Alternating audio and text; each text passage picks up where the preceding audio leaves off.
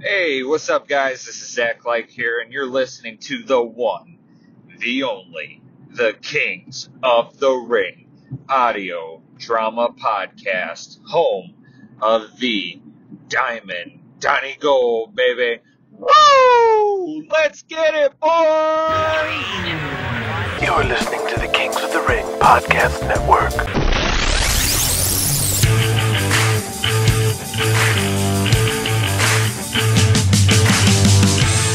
Welcome back, folks. The wait is over. Season 3 is here. You just heard one of our patrons, Zach Like, the real name of Executioner number 3 in Charlotte, the one with the STDs that Tommy and Hercules were so worried about catching from that one girl. I want to give a shout out to Zach Like and some of our other patrons who joined during Seasons 1 and 2, Tusi Mailo, Buck Rosenberg, Jason Razor, and KJ Parker. Putting in renewed focus and attention on the patrons of the Kings of the Ring here, and hope you'll all consider supporting the only audio drama podcast based on wrestling and the only fiction podcast in all of wrestling. But I want to give everyone a huge thank you for listening to the show and for your patience since the season finale last year. But we're back on a regular schedule and not going anywhere. And that's where we're at. The shit hit the fan in many ways to close Season 1. So without any further ado, let's go to the ring. Kings of the Ring is intended for mature audiences. Today's episode would be rated MA for graphic descriptions and sounds of violence, excessive profanity, and some mid-80s cigarette smoking. Ladies and gentlemen, welcome to the Kings of the Ring.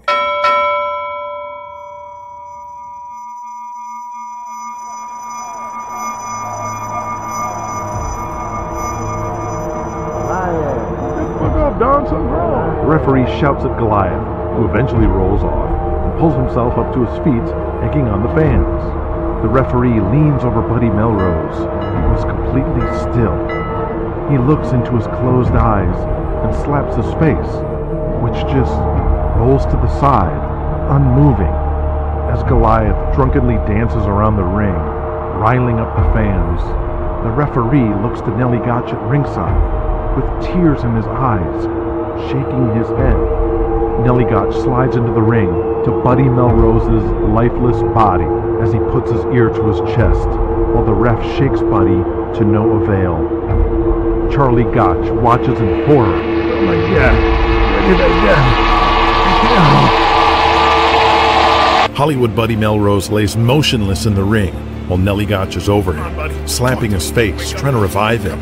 A doctor assigned to this event at Chicago Stadium, a younger fellow for once, runs into the ring and awkwardly stumbles through the ropes to check on Buddy, while a tearful Nelly looks on, all the while glaring at the drunken Goliath, dancing around at ringside, while the referee shoves him, trying to get him back to the locker room. Get out of here, you big oaf! While most of the fans begin filing out to beat the Chicago traffic, few curious onlookers notice something unusual might be happening, as the heels usually don't get medical attention.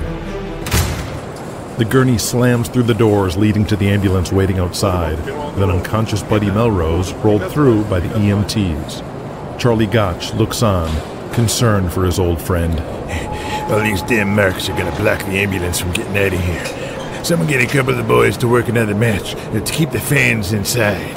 Nelly is right behind Buddy as he's taken away into the ambulance, near the loading docks of the arena.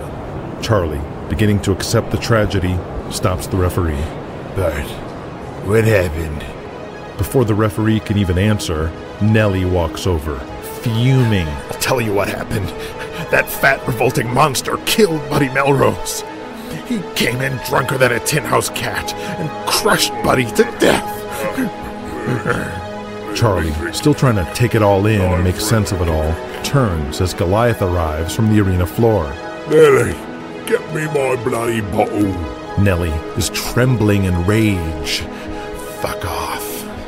What the bloody hell did you just say? You just killed a man. You killed Buddy. Oh, piss off. I didn't kill anyone. You did.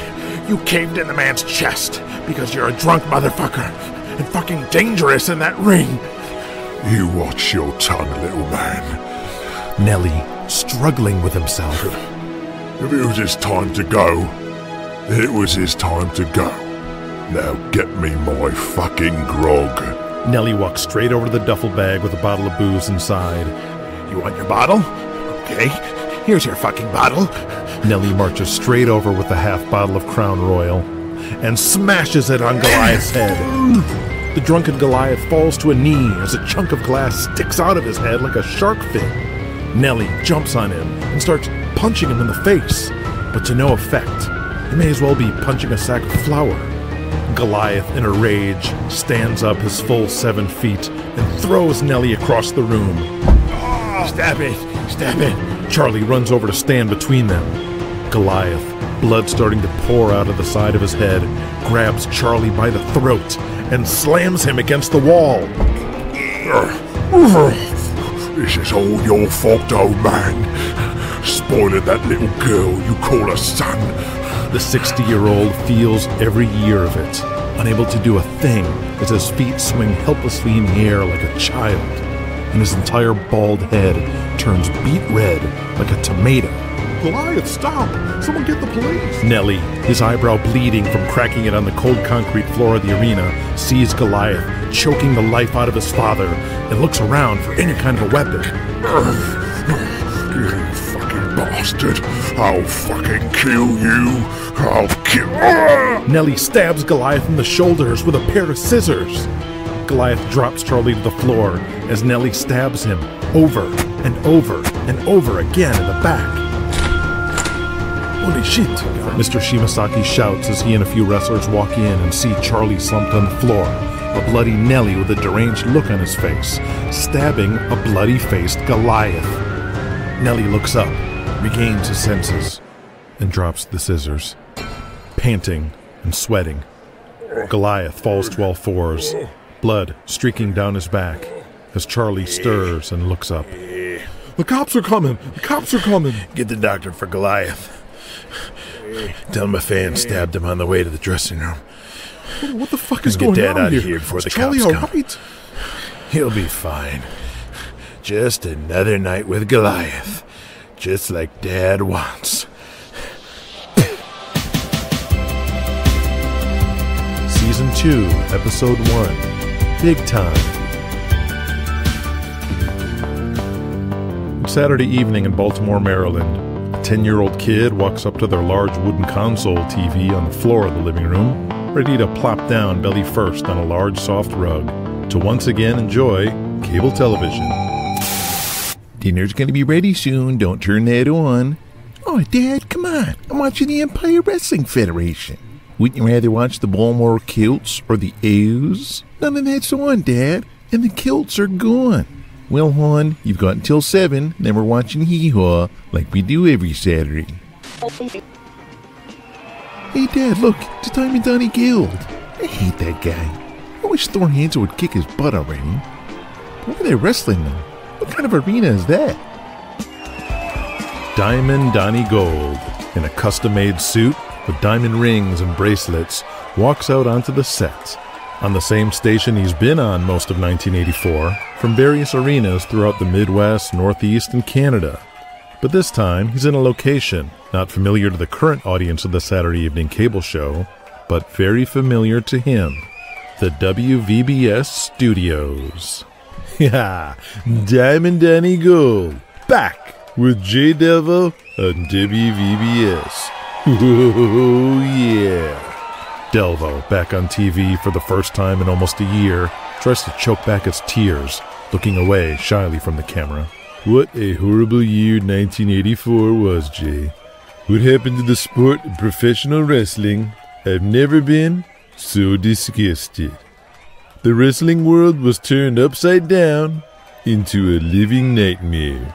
Jay Delvo smiles and nods enthusiastically as he winks at the camera. I know I went through my own personal hell last year, and I look back at 1984, J Delvo, as one big blur. And I don't even want to look back. Complete and utter embarrassment. I apologize for the role I played. J Delvo and the fans, touched by Donnie's open candor, agrees. You don't owe us any apologies, sir. That America used to turn on their TV sets each and every week and see the best in professional wrestling. And then everything went down the toilet. I agree 100%, Donnie Gold. It was a crime. To think how that disgusting tub of goo, Jesse James, was the world champion? Wait a second, Donnie. I thought you were talking about... Oh, never mind. The World Heavyweight Championship is about style and grace. And the thought of you tossing that 10 pounds of gold in the back of your dirty pickup truck has driven me out of my mind. 1 year ago, Jesse James, you got lucky. You had your best night, and I had my worst. But I'm back here now to set things right. And it all starts... Jesse walks out in his jeans and cowboy boots and cowboy hat, carrying the belt. The fans in the studio are cheering, seeing Magic and Bird lined up across from each other for the first time in a year. And here he is. What are you gonna do, big man? Huh? What are you gonna do? Jesse steps up as Donnie Gold stands in front of Jay Delvo. Jesse tosses the belt on the podium as Jay Delvo leans forward to put the mic in front of him. Jesse looks around, toothpick in his mouth, and blasts him. Oh my, Piercing's brawl is broken out here. Jesse James has heard enough as he's pounding on him with fist after fist. Jesse grabs Diamond Donnie Gold by the hair and throws him into the ring, beating him from pillar to post, ripping off his jacket, and the fans are going crazy. For the fans of the Alliance, it's a feeling that all is right in the world again, a return to normal. Meanwhile in Baltimore, this little kid doesn't know who this Jesse James is or what kind of wrestling this is, but he is hooked.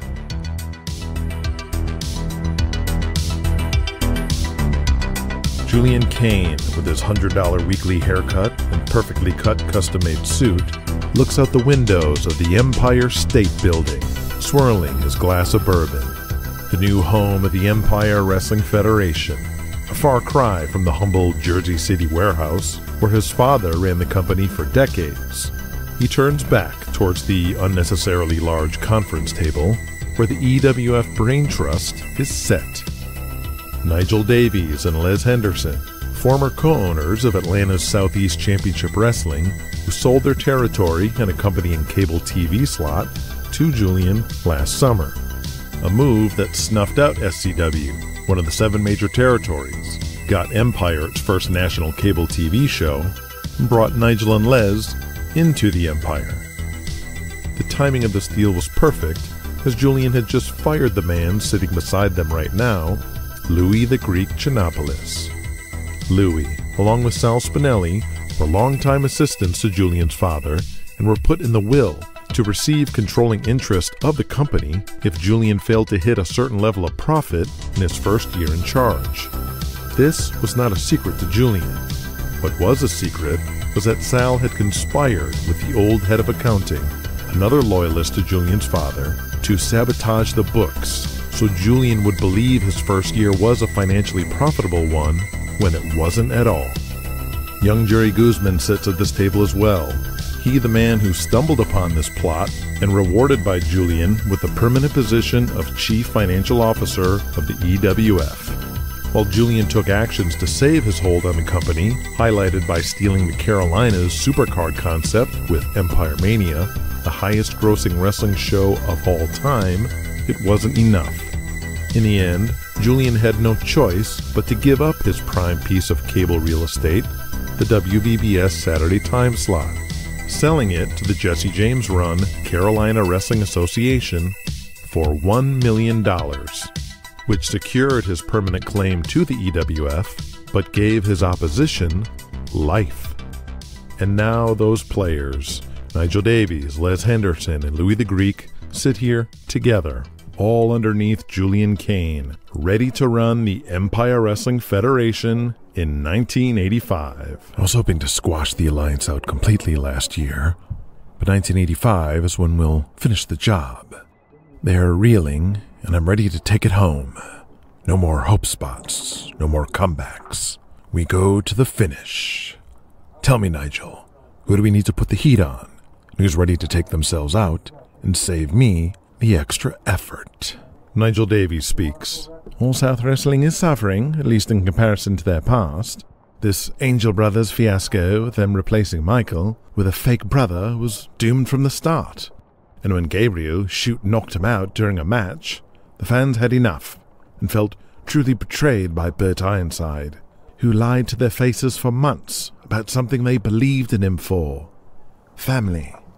And their efforts to replace Leroy Brown were laughable, and Bert simply gave up at some point.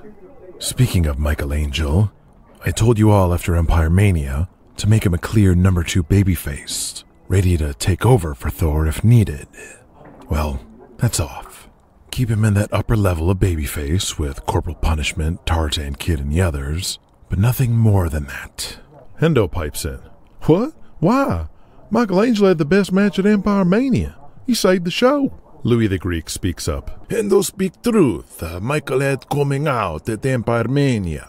He become superstar. Julian makes a quick glance at Nigel Davies, who remembers what happened after Empire Mania that night. Gentlemen, despite Michael Angel coming out at Empire Mania, we cannot have anyone perceived to be a better option than Thor Hansen on top. Thor's spot is secure. He's more over than ever. He's selling more tickets than ever. And he's selling our new t-shirts like hotcakes. If the situation arose where we needed someone for Thor's spot, we could make the appropriate moves at that time. But Julian's assessment to keep Michael Angel with the rest of the pack is the sound move. Nigel looks back at Julian before lighting another cigarette, who responds with a look of approval. The others shrug and accept Nigel's answer. Moving right along, what about the rest of the yokels? Daniel Hawkins has begun tapings at the WVBS studios again, and Donnie Gold marked his return. How does that work anyway? It's the Carolina Wrestling Territory from Atlanta? That's stupid. They haven't quite worked that out yet, and that's why they'll fail. Now what about Gotch? AMW's champion Goliath left for Japan. As for Buddy Melrose, unfortunately, the other men at the table look down in sorrow. Ha! What a bunch of losers. Is Goliath done with AMW forever now? Serves Charlie Gotch right, that son of a bitch. Should have taken my offer to buy him out last year. That wasn't real offer. You taunt him. I was there when you make call. Enough talk about the Alliance. I'm bored. What's going on with my company? What about those new guys who ditched Jesse James and Charlotte? The Hawaiian and the big muscle black guy. They top draw in Charlotte, so I put them in good spot, right? Just because I could sell out some high school gym in bumblefuck Carolina doesn't mean shit up here. Their match with the Rebels oversold Greensboro. That's 20,000 plus another 10 on closed circuit. Who? The Rebels? I don't even know who they are, and neither does the rest of the country.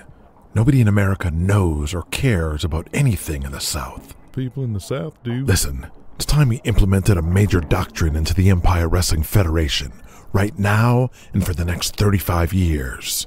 Everyone listen. From now on, we ignore the past of every wrestler in the EWF. That is how we promote our wrestlers from now on. If it didn't happen in the EWF, it didn't happen. Got it? The people aren't idiot. We can't act like they just start wrestle EWF. They won't buy it. Of course they will. EWF has the most visibility, so we make the rules. Wrestling fans will accept the unacceptable if you keep doing it over a long enough period of time. If we pretend these wrestlers were born out of a garden like Cabbage Patch Kids, and ours is the only wrestling they see, then the fans will accept that. I am Booker. To book matches, to build matchups, we use the past, use history to tell story. If go back years, even better. If two guys used to be partner in Texas, now fight an empire, I use that. Boys use that in promo. To erase the past, erase history. You take away my tool to be Booker. You don't need it, Louis. We don't need intricate stories. The Empire isn't The Godfather. We're a shoot-'em-up action movie with a lot of machine guns and tits. You got this, Artie? You run the new EWF magazine. That's our media and is now under my control. None of your stories can reference any organization outside of the EWF, or even my father's era. So, you want me to write a new 70-page monthly wrestling magazine and only talk about EWF? And pretend we're the only wrestling company in the universe? Exactly. Whatever you say, Curly. You're the boss. Oh, now isn't that nice? An employee who actually knows how to be an employee. Take notes, gentlemen. And that means TV, too. Let Chase Styles and the other TV commentators know. Thor Hansen didn't exist before he showed up in Chicago. I'm thinking about changing some names, too. Maybe this Tommy Aloha should be, Johnny Aloha.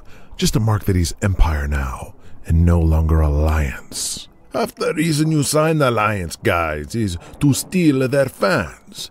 If you ignore past and change name, it defeats whole point. The fans know when they see the wrestlers. Even if I decided to call Michael Angel the Texas Cowboy and never called him Michael Angel again, the fans in Texas and Alabama still know they're getting Michael Angel. While the new fans around the country, now they're getting this cool new guy called the Texas Cowboy.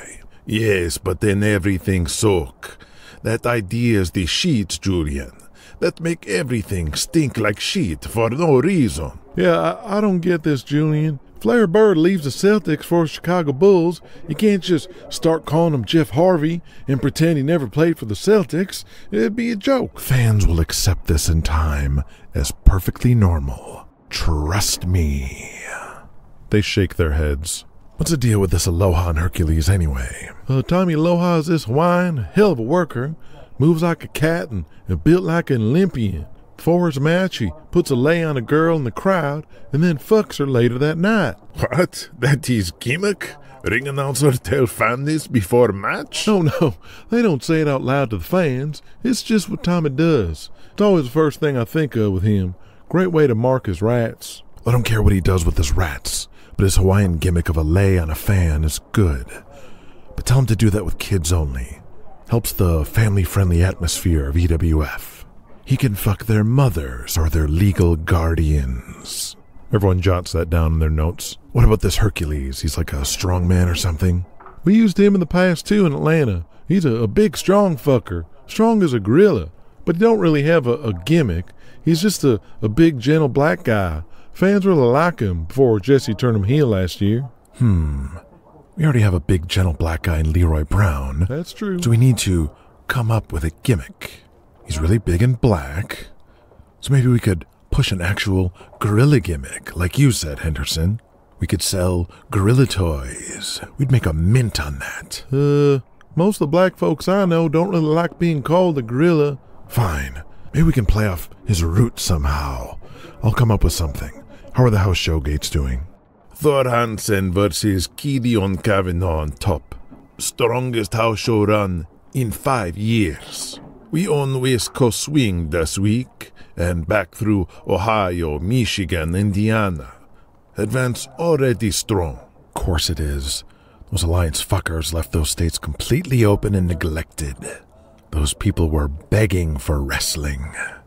Now that they're Empire, they'll never watch anything else. Now, let's move this to dinner. What do you think, Nigel? Asaki again, or Maxine's? Hendo remembers. In a place with that sushi or whatever you call it, that raw fish gimmick? That was the shits. As Julian gets up and throws on his cashmere coat, he looks at Louis. We can't afford to eat like this, right, Guzman? Jerry Guzman nods as Julian winks at Louis. See, Louis, we don't have to clip coupons for Big Boy anymore, since your little angle with Spinelli crashed and burned. Julian, you know I had nothing to do with that. Just kidding, Louis. If I had any questions about your loyalty, you wouldn't even be here. Truth is, we're making more money than ever before, with no surprises around the corner. We can afford to live like the major Manhattan company that we are, because that is the motto we live by at Empire. We will always be richer tomorrow than we are today.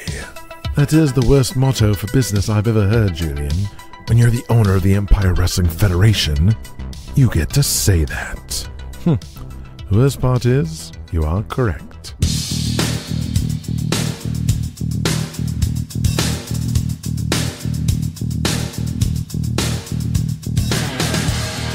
As happens in the wrestling business, two guys that don't know each other are matched up in a tag team. Today, Bobby Rivers and David Givens are two such guys. David, journeyman wrestler to never have much of a role other than being a good hand, and Bobby Rivers, who was all but out of the business up until getting a call out of nowhere from the outlaw Jesse James, thanks to kindness he once showed Bert Ironside's nephew, Chris Stanley. They walked through the old flea market across from the Carowinds Amusement Park in Greensboro, North Carolina, weaving through the tables packed with people. David Givens scratches his head as he looks around. What we looking for again? Bobby looks at the tables with various shirts, accessories, and rolls of material. Jesse just said bandanas, any color we can find. What's the gimmick? I've been doing like a rock and roll heavy metal deal. I think Jesse's fixing to do that with both of us. Ooh, hard rock, metal? I don't know, brother. More of a country western guy myself. George Strait, Bo Cephas, and the like. Hey, it's all a work, brother. You can fake it. What we do with the bandana? I reckon we just tie 'em up like a headband around our arms or legs and such. Just part of the look. Hey, I already got a couple pairs of tiger stripe ties. Some pink ones with the ass cheeks cut out, and some blue ones too. You can wear one of them. I'll take the blue one, but how much you want for 'em? Brother, this might be the last push I ever get in this business, and I can't hold nothing back, so you can have them. David Givens finds a pile of bandanas of all colors and shows them to Bobby. This the one? That's the gimmick, brother. How many we need? No idea. Better get 'em all. David picks them all up. I don't even know if this gimmick will even work. Me doing it solo and all south, it was a hit or miss. Boys ribbed me a bit too. That why he left Dallas? No, a bit more than that. But enough about me. This is about us.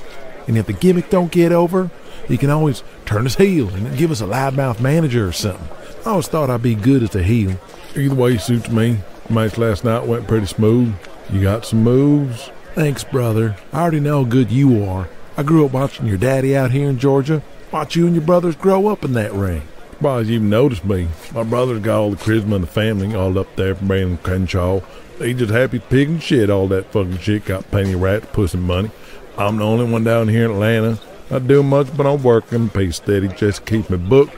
Even when we all went to Charlotte, always had a spot for me. Never had a push though. You're better off down here. You'd never get a shot up in Nashville with your brothers. Not surprised about Jesse. Seems like a loyal guy. And if this shit works, we'll get all the rats. All the shit in a biscuit. You understood every word come out my mouth. Well, yeah. Why wouldn't I? Givens smiles. Tell you what, you already got tot for us. I'll pay for these bandanas.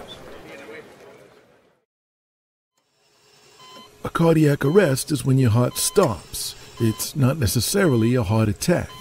Technically, there don't even need to be any health risks for this to happen, because a blunt force trauma can absolutely cause it. So, he's going to live? Hollywood Buddy Melrose is in the intensive care unit of Mount Sinai Hospital in Chicago. He's unconscious in bed with tubes coming out from all over his body, plugged into machines keeping him alive. He's not out of the woods yet, Mrs. Baskin, but I would say yes. The room is jam-packed with flowers, balloons, and cards. Beside him, talking to the doctor, our buddy's wife, Charlie Gotch, and Freddie Fengler, who all breathe a sigh of relief. Consider yourselves lucky you were here in Chicago in the stadium. Only 2 miles away, and an ambulance is one of the few with the defibrillator. When will he get out? I'd expect him here for at least a week. You want me to have a look at those bruises on your neck while you're here? No, it's nothing. Charlie pulls away from the doctor, ashamed at the marks Goliath left on his neck, where he was completely powerless to do anything. The doctor leaves as they look down at the fallen Buddy Melrose. Good news, eh, Carol? I'm sure Buddy will be right back in no time at all, ready to win back his title. What's that? Oh yes, thank you, Charlie. It'll be kind of tough to do that with Goliath in Japan. Charlie gives him a dirty look. With our belt. Charlie gives him an even dirtier look, while Buddy Melrose's wife feels awkward. But a good riddance to that beast. If we never see him again in our lives, we'll be better off. Easy for you to say. Bert Ironside, the King of the South, isn't feeling very kingly these days. 1984 gave Bert a beating. It was a devastating year for All South Wrestling, and the mistakes and tragedies that occurred have kicked in at the box office in a very big way.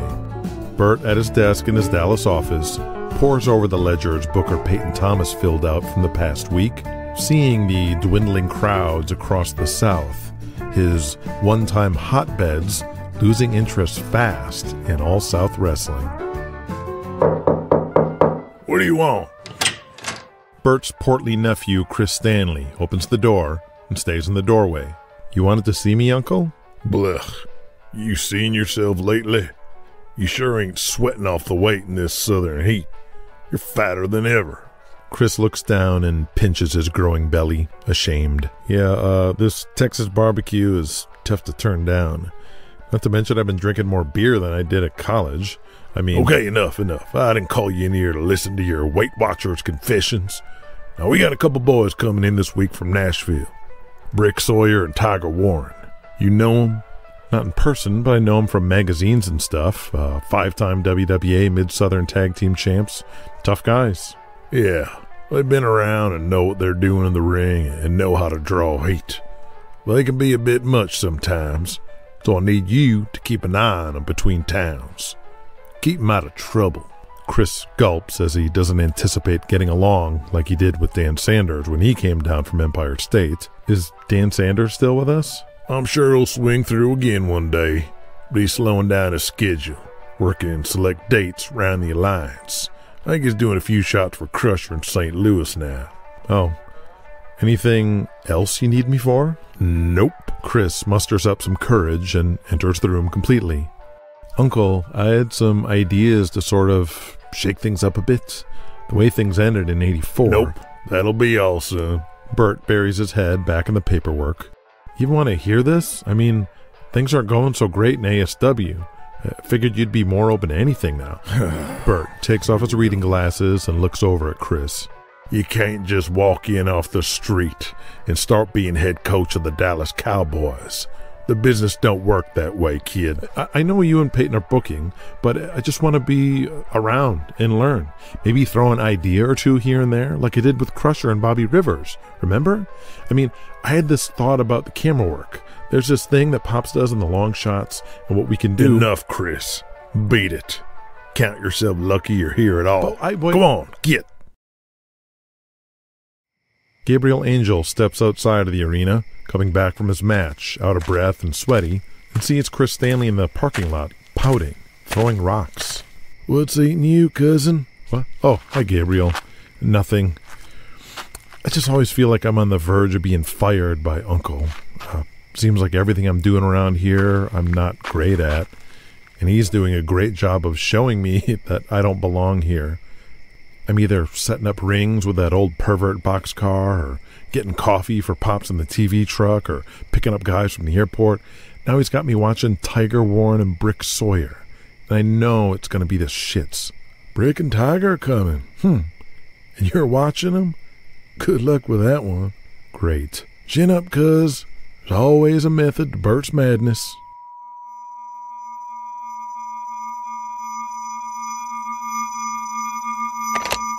Hello? Daniel, it's Julian. Hi, Julian. You want VBS? I want $1 million in cash. Deal. You've got a deal, Julian. I said cash, Hawkins. You just have $1 million laying around? CWA is the hottest territory in the Alliance. Haven't you heard? I highly doubt that. Is this drug money or something? I can't have these funds seized or illegitimized somehow. Never mind where I get it from, Julian. Daniel looks at a picture of the wall of his family, standing in front of the North Carolina National Bank. His sister aggressively out front of the huge stone structure. Just get me a number to wire it to. Escrow, Julian. Of course. I'm not a thief. You really want to do this, Daniel? Yes. You're gonna choke on that $1 million. You know that, right? I look forward to watching you bankrupt by the end of the year. Choke on that $1 million. Choke on that $1 million. Choke on that $1 million. Choke on that $1 million. Danny boy, wake up. We're here. Daniel Hawkins wakes up, his face smushed against the car window, drool streaking down the glass. The outlaw Jesse James pulls up in their Lincoln Continental car rental through a slushy parking lot of a bar in Oshkosh, Wisconsin. Let's get this shindig started, because we got to get back down to Chicago tomorrow for the Alliance meeting, then we'll fly out to Hollywood to meet Jimmy Buck. How's it feel to be so big time, Danny boy? In only their flimsy CWA satin jackets, Hawkins and Jesse walk around the parking lot corner to the back when they hear a commotion. They look up and see two powerlifter-looking guys on the rear porch, the cold blowing out of their mouths as one of them holds a skinny man upside down by his feet over the edge. The other crouches down and points in the pleading man's face. Pay up next time, you got it? The one holding him up swings his body back and forth and tosses him across the lot and lands right at the feet of Jesse James. Hawkins jumps back as the two on the porch immediately recognize the outlaw. Holy shit, you're the World Heavyweight Champion, Jesse James. And this must be Mama B's. Yeah, what are you doing up here? You joining AMW? Well, we came up here to meet y'all. They look at each other. You boys like wrestling? We fucking love it. Well, how'd you like to be one?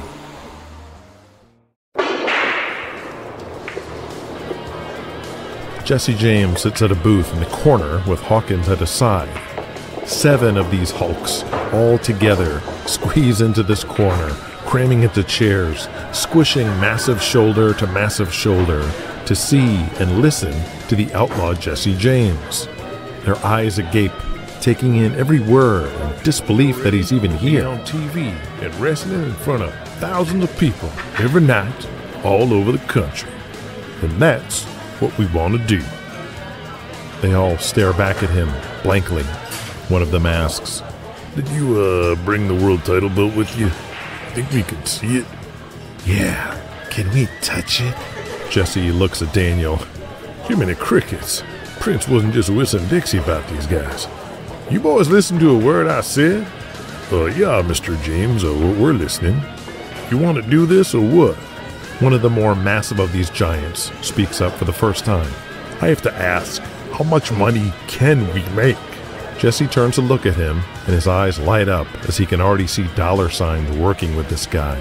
What's your name, kid? My name is Nathan, sir. Nathan Wilkinson. Well, Nathan, being a wrestler ain't easy. Not everyone's cut out for it. But with your bodies and looks, those of you who work hard and are dedicated can make more money than you ever seen in your life. They all turn around as one unit and huddle up.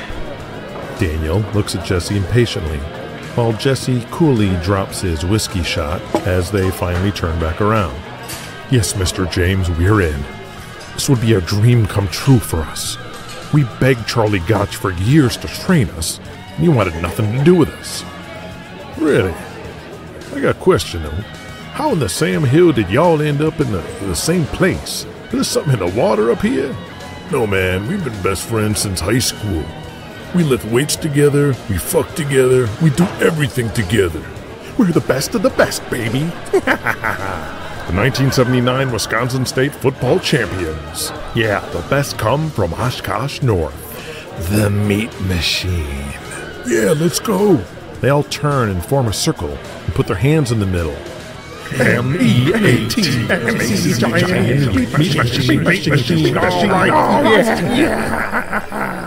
Jesse smiles at this spectacle while Hawkins backs up in his seat, almost frightened by what a bizarre lot this is. Quite a phenomenon up here. Boy, I tell you. So this is all of you, right? Or they got more of you hidden somewhere? Everybody but... Yeah, that's everybody, Jesse. Okay, then I'll leave the address here, and I expect you boys to be in Atlanta next week. Prince Abdullah and Bob Walker will start the training. Do we have to listen to Prince Abdullah? Is there a problem, boy? Yeah, a little bit of a problem. You saw what he did to Dan Sanders in Chicago. Attacking him after the bell, almost ending his career. Yeah, and all that other crap. I saw him on TV saying how much he hates America. I mean, if he's going to teach us how to hate America, I got news for you. It will work. I will still love America no matter what. We'll talk about that more next week. Just get your asses down to Atlanta. Jesse pats Daniel on the shoulder as they walk out the door. Well, Danny boy, they got $1 million bodies And 10-cent brains. Jesse, they're total marks. This is going to be a disaster. Don't worry. It's how everybody starts out. Sort of. The tallest one speaks up. Hey guys, why didn't we tell him about Vance? He's the best out of all of us. I know he is. That's why I shut you up, Mike. There's already 7 of us. We'll be lucky if we all make it anyway. You heard what Jesse was saying. Vance is better looking than any of us, has the best body out of all of us, and is the best athlete by a mile. He even has a cool fucking name, Vance Armstrong. He'll make us all look like pieces of shit. Yeah, you're right. It's okay, Michael. And technically speaking, he's not part of the meat machine. We just work with him here, right? Yep, he is right. He's already doing stuntman work, boxing, and karate tournaments. You don't need this like we do. Vance don't even like wrestling. Yeah, Bobby makes a good point. You all know I'm not into wrestling like you guys, but I still watch it. Sorry, Vance, you're out. Listen, nobody tells Vance about this. Got it? Yeah, let's do this. We're gonna be fucking wrestlers. M-E-A-T-M-A-C-H-I-N-E. Meat machine, meat machine. All right, guys.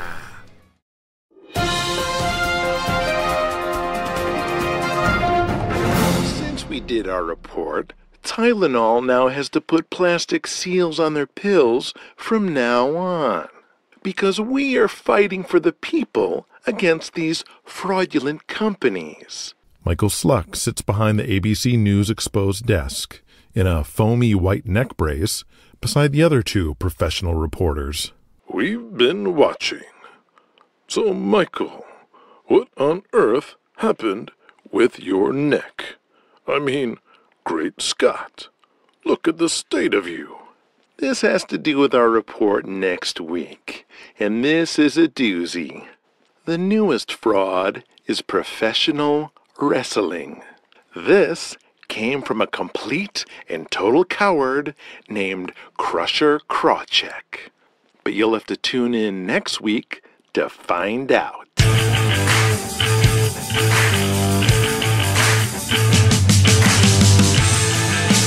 There you have it. The table is set for this season, and we're just getting started.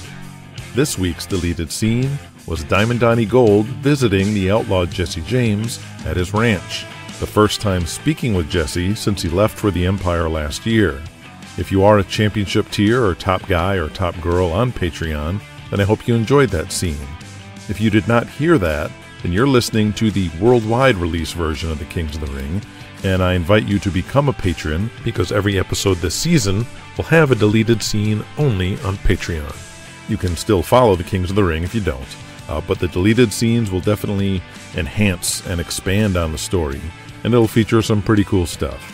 But please check out the Patreon page to see all the benefits you'll get, all for contributing what you would hopefully consider a small dollar amount to support the most unique show in all of audio drama and pro wrestling podcasts. And speaking of top guys and top girls, I want to shout out to our top guys at Patreon, Jeremiah DeBolt, Russ Linderman, Zach Like, Dom Rose, and Nathan Wilkinson. That's right, the same Nathan Wilkinson who was one of the Meat Machine guys Jesse James was recruiting at the Oshkosh bar. That's how this works. Top guys and top girls get to be characters in the Kings of the Ring.